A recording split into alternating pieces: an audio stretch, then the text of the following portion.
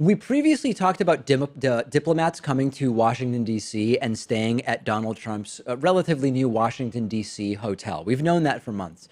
Last week, we heard and learned that the State Department was recommending, you could call it suggesting, you could call it encouraging foreign dignitaries on official visits to Washington, D.C.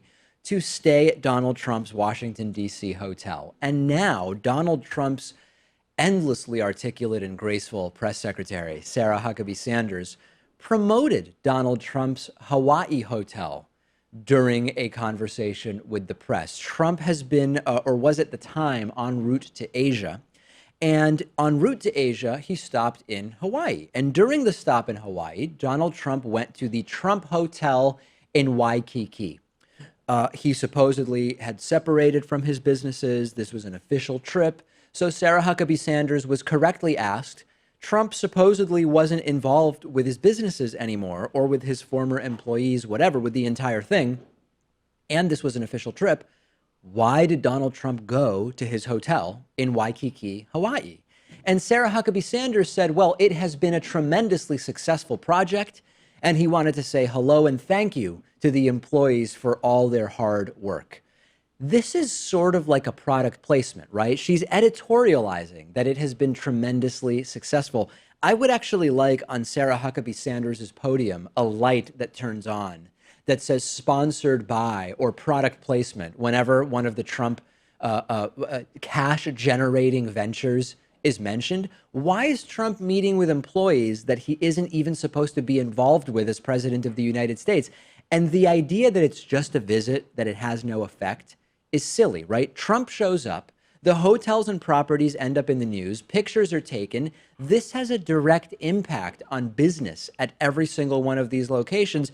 And in the end, Trump knows that he owns them, or in some cases, he's just licensing his name to them. But either way, Trump knows that Trump hotels exist and that they are his or ways that his family makes money. Former White House ethics chief Norm Eisen says pretty simply, this is an ethics violation, tweeting, ethics violation by the press secretary under 5 CFR 2635.702, can't promote Trump's businesses, same violation as Kellyanne Conway committed. And that's a reference to, we covered this months ago, when Kellyanne Conway promoted Trump's daughter, Ivanka Trump's fashion line on Fox News from inside the White House press briefing room. Remember when President Jimmy Carter had to put his peanut farm in Georgia in a blind trust to avoid a possible appearance of a conflict of interest? That was nothing compared to this. And the truth is that mere possible constitutional violations of the Emoluments Clause, they're barely going to register when it is scandal after scandal, when it is indictments at the highest levels of Trump's own administration and campaign staffers. And in the end, we go back to the question we always have with Sarah Huckabee Sanders, which is she even telling the truth, right? This was sort of lost in the shuffle until I just thought about it.